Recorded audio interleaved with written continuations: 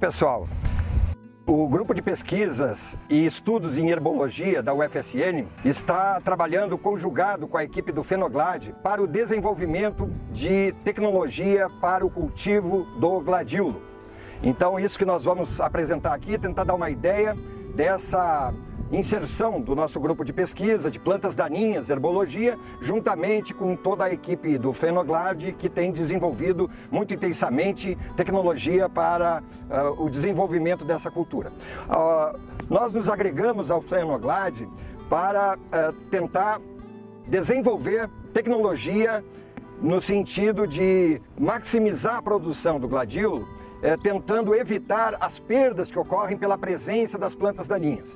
Então nós temos aqui um experimento que justamente tenta produzir resultados nessa linha de agregar ao cultivo do gladiolo novas tecnologias que permitam essa produção mais limpa, com melhor qualidade. O que nós fizemos aqui foi o seguinte: temos que explicar que o cultivo do gladiolo, assim como de todas as culturas, ele, para ser implementado, a área ela é preparada, né, é manejada e ela permanece no início do desenvolvimento sem cobertura vegetal.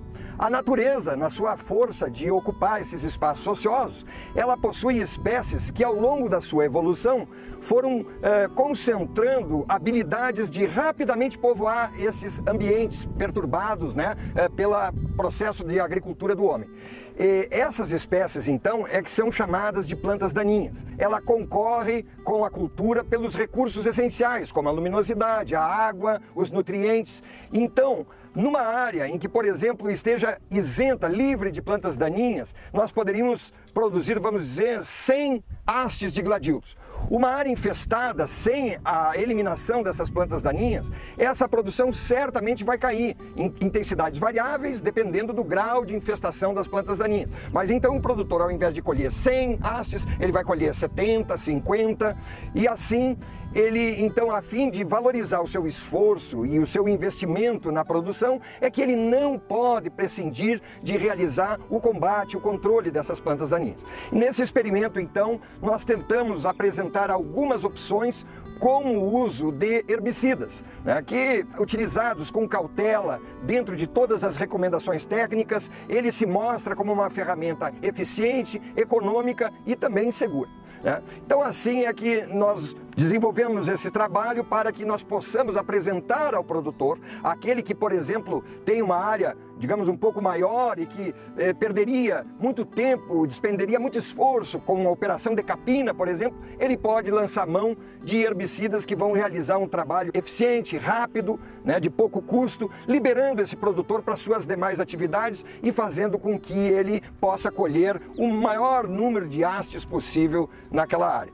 Esse experimento permitiu que nós chegássemos a uma constatação bastante interessante. Os vegetais, as plantas de um modo geral, os vegetais superiores, podem ser divididos em dois grandes grupos, o grupo das dicotiledôneas e das monocotiledôneas. As monocotiledôneas tem a principal família, a família das gramíneas, das poáceas, né, que nós todos conhecemos, os capins, as taquareiras, né, e essas plantas, então, elas estão nesse mesmo grande grupo que também estão o gladiolo e outras plantas, como as ciperáceas e demais espécies. Já as dicotiledôneas são as árvores como o eucalipto, as outras culturas como a soja e tudo. Bem, nós temos herbicidas que são totalmente seguros para serem aplicados nessas dicotiledôneas e que controlam, por exemplo, as gramíneas. As gramíneas são plantas de crescimento muito rápido, tanto no verão quanto no inverno também, e são capazes de diminuir muito a produção dessas culturas dicotiledôneas. Então esses herbicidas são muito práticos porque eles permitem praticamente eliminar as gramíneas e manter as dicotiledôneas no seu desenvolvimento ótimo. O gladiolo, por ser do mesmo grande grupo das gramíneas, havia, digamos, a suspeita, será que nós poderíamos empregar esse mesmo tipo de herbicida no gladiolo, já que gramíneas como papuã, milhã, têm um crescimento muito rápido e são competidoras assim muito vorazes contra o gladiolo.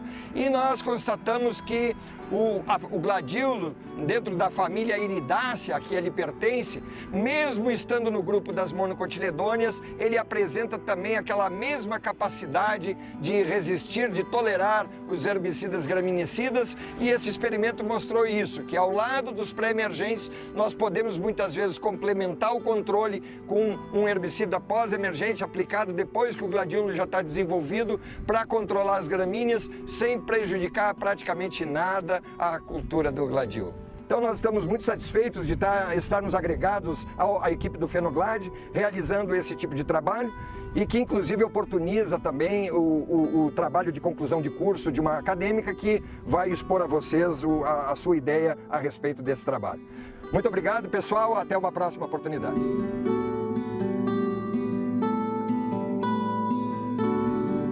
Primeiramente, eu fiquei sabendo a respeito da equipe Fenoglade através das redes sociais mesmo da equipe e também alguns colegas que participavam do grupo, que eles estavam selecionando voluntários para participar da equipe.